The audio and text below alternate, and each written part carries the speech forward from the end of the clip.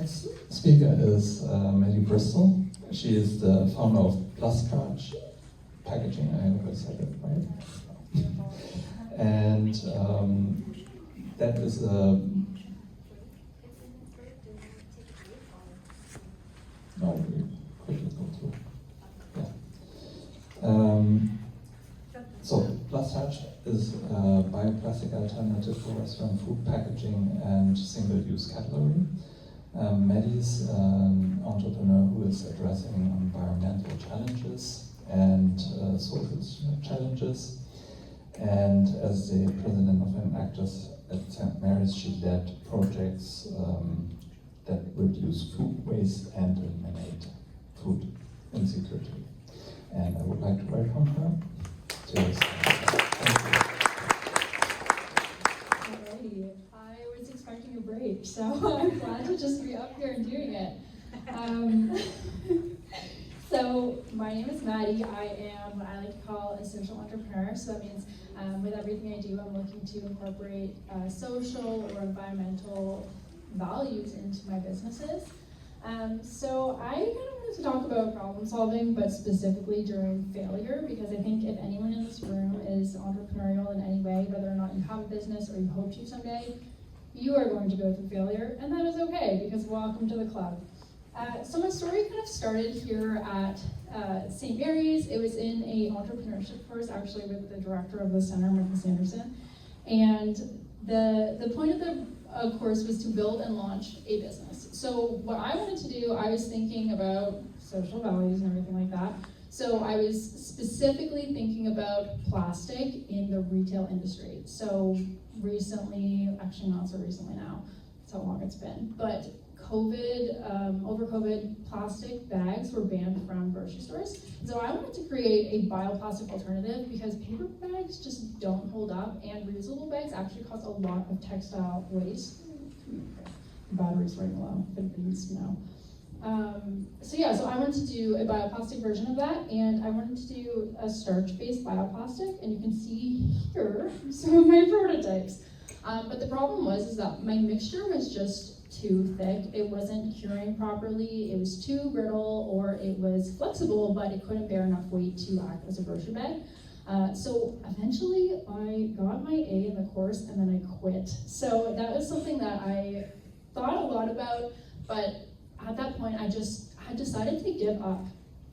But the problem with that is that you need to go into problem solving with a solution-oriented mindset, which I did not. I just decided once things got hard that it wasn't meant to be, and I just gave up. But the thing is that sometimes it can be really annoying, and I would have advisors. I like to complain. I don't know if anybody else likes to do that, but I'd have advisors who would be like, Maddie, that's not a solution-oriented mindset. And I'd be like, I know, you're killing me. But the thing is that your mindset changes everything for you. And so when you go into things looking for solutions instead of looking for problems, I promise you everything will change. You also need to be aware of obstacles in problem solving, such as not clearly defining your problem, or what I experienced was a resistance to change or a resistance to pivot your idea when it doesn't work. So something that I really like, it's super simple, and I think it's often overlooked in business, because any business students here will know that this is one of the first things you learn, but it really helps you identify internally your strengths and weaknesses, and externally your opportunities and threats. And so for us, we found our number one weakness, of course, was that our formula was just not suitable for our intended product. So we ended up actually revisiting this idea. My friends and I, we had entered this pitch competition. It was called the Innovation Cup. They actually host it annually. I think you can probably still register for this year's round. But we were thinking about the bioplastic, and so we were like, all right, let's do this analysis and we'll see what happens, because you really do need to conduct some sort of analysis before moving forward with your problem solving, because it helps you look at things objectively.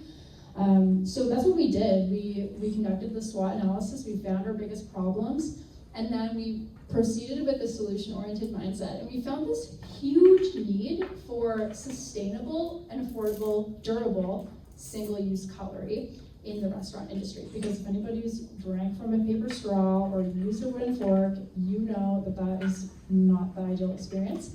And so we created this prototype, and that is how starch packaging was born. We're creating a starch-based bioplastic alternative for single-use cutlery and restaurant takeaway packaging. It's 100% compostable at home, and we're currently working on patenting this idea right now.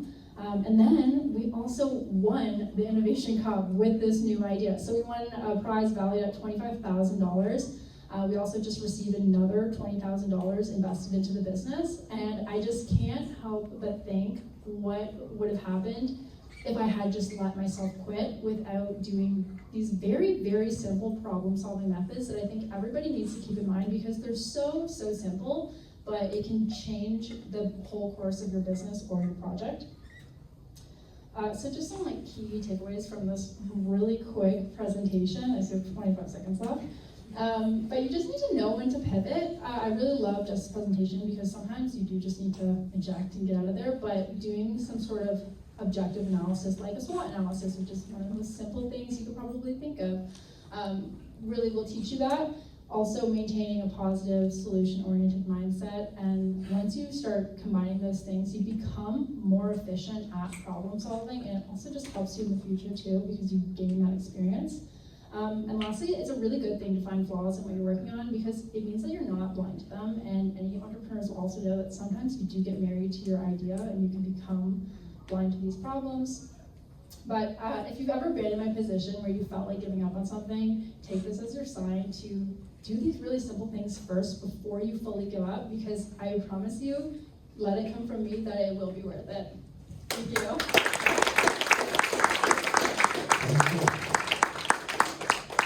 Yeah, interesting. It's not even the process, it's really also the mindset that you're pointing out and not giving up, that this is important. We have one fast question, maybe? Or we just do that afterwards. Thanks, guys.